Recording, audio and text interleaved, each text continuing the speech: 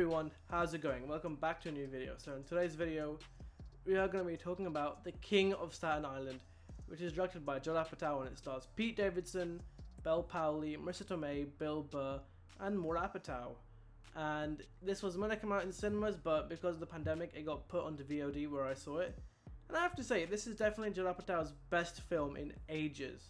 I'm someone that enjoys, well, mostly enjoys your average studio comedy, so I expected this to be an average studio comedy, but Judd Apatow has taken a lot more intimate and personal approach in both the storytelling and overall filmmaking. This really feels like an indie dramedy instead of like a mainstream blockbuster like last year's Good Boys. One of the most unique aspects of the film is that it's semi-autobiographical to Pete Davidson's life. In this, Pete Davidson plays a 20-something sort of loser who sort of sits at home all day, smokes weed, and just troubles his single mum who's just trying to get by and get her son out of the house so she can actually live her life. And then things start to get turbulent when she starts dating Bill Burr, whose character is a firefighter, much like Scott's father, who was a firefighter and tragically passed away. So Scott is trying to deal with this and hilarity ensues. One of the funniest aspects is when Scott and his weird group of friends are hanging out.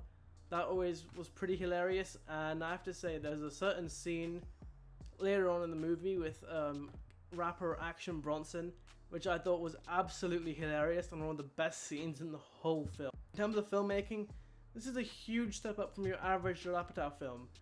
He's really upped his game. You see, he's got Robert Elswit, who did There'll Be Blood and a few others. Lately, Robert Elswit's work has been pretty bad, but this is definitely the best thing I've seen him do in a while, since Nightcrawler. But like, that's not exactly a compliment because his work's been pretty bad lately, but this was...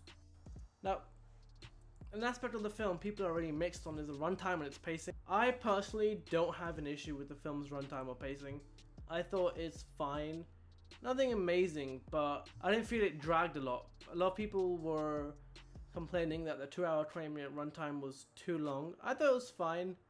I mean, hell, I would have liked it if it was longer because I was having a complete blast throughout the film. A couple of scenes I do agree are a bit shaky and could have been shortened down, but other than that, I thought it was pretty good. The editing overall was decent. There was a couple of janky moments, but yeah, it didn't really bother me that much. The performances from the cast are excellent. Pete Davidson proves he can be a great comedic leading man and also shows off some more dramatic acting chops.